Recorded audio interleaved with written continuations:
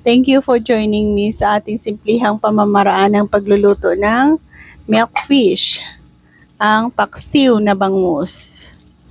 Boneless na paksiw na bangus. So, magluluto na naman tayo ng boneless na bangus. Ayan, pinaboneless na natin para easy eating tayo. And meron tayong naprepare na ng mga sangkap, onion, kamatis, at ginger. Check out kung anong recipe ang ating kayang gawin dito. Okay, mag-start tayo sa paglagay ng kamatis. Dance ka na muna. Dance ka muna dyan. Dance. Kalma. Arrange natin sa pinakadulo or pinaka-button niya para sa masarap na recipe. Ano nga ba?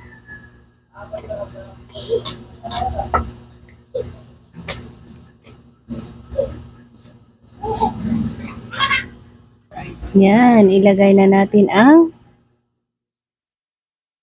boneless bangus na lang para mabilis ang ating pagkain.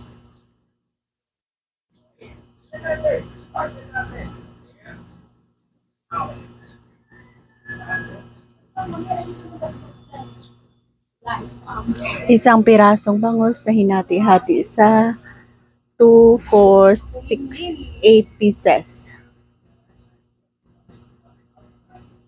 Oh, medyo madami pala. Next, tap natin ang sibuyas, kamatis, at ginger. Same thing sa kung ano ang ating nilagay sa baba.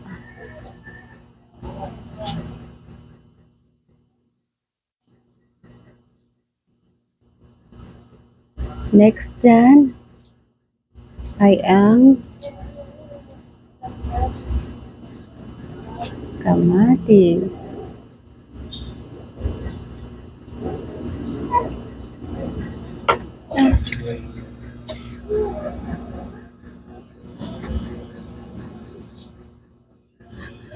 Lagyan ng 2 siling haba. Next, dinagdagan 1 pang siling haba. Next, ang add ng pamintang buo. Ayan. Next ay ang suka, vinegar. Revelation ng ating recipe for today dahil sa may suka, may tuyo, ang ating gagawin ay paksiw na bangus. Yan, isa sa masarap na recipe na naman. Yan ay soy sauce. Okay.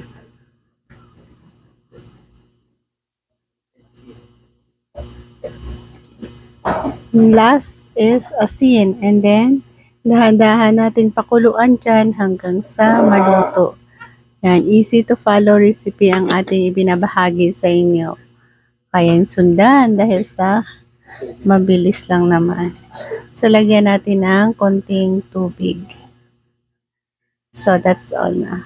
Balikan ko kayo mamaya pag luto na sila. Ganyan ka, beautiful ang ating niluto. So, ayan nga, after few minutes na pagpapakulo natin dito, silipin natin kung ano na ang lagay.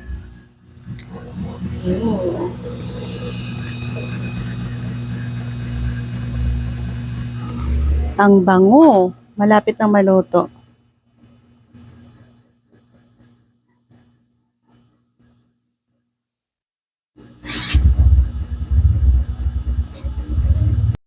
So, at dito na tayo mag-e-end. Natikman at na-perfect natin ang lasa na gusto natin. Thank you for joining me sa ating simplihang pamamaraan ng pagluluto ng milkfish, ang paksiw na bangus. Boneless na paksiw na bangus. So, happy eating guys. Bye-bye and thank you again.